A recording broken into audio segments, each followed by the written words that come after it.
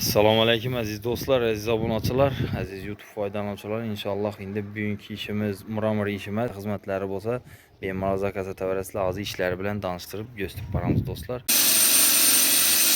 Aziz do'stlar, yana xudo xolasa beton döşadigan xizmatlar bo'lsa, kanalizatsiya turg'unlarini döştecek o'zingizlarga ekranda ustaning nomerini chiqarib qo'yamiz.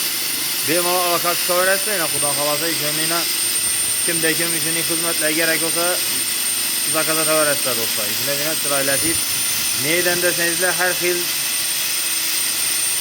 balandlikda, har xil qalinlikda, yupqalikda döşüp qalan turgangiz razmerinde döşüp beradilar.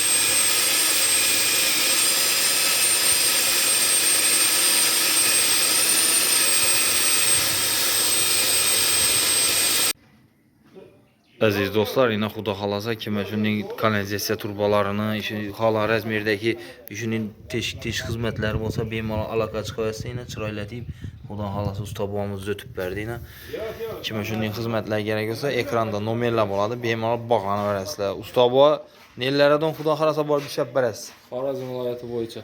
Hammadan Farqi yo'q. Bo'ladi. Xudo xolasa kelishilgan narxda chiroylatib, xudo xolasa beton, nov farqi yo'q, liboyaj döşaverasiz axir. Farqi yo'q. 50likdan 150likgacha atversiya döşüp beramiz. Beton, plita, monolit farqi yo'q. Liboyaj döşaverasiz axir. Yani qalan razmerlaringizda bor ekan, shu vajdan nalaridan nasatchalardan olib borib uyingizda o'zi qalan yeringizdan metkab qo'yib berasiz, döşüp beradilar. Do'stlar, videolar yoqqan bo'lsa, bizga like bosib, esdan chiqmasin. Kanalga yangi bo'lsangiz obuna bo'linglar. Sog' bo'linglar, omon bo'linglar do'stlar.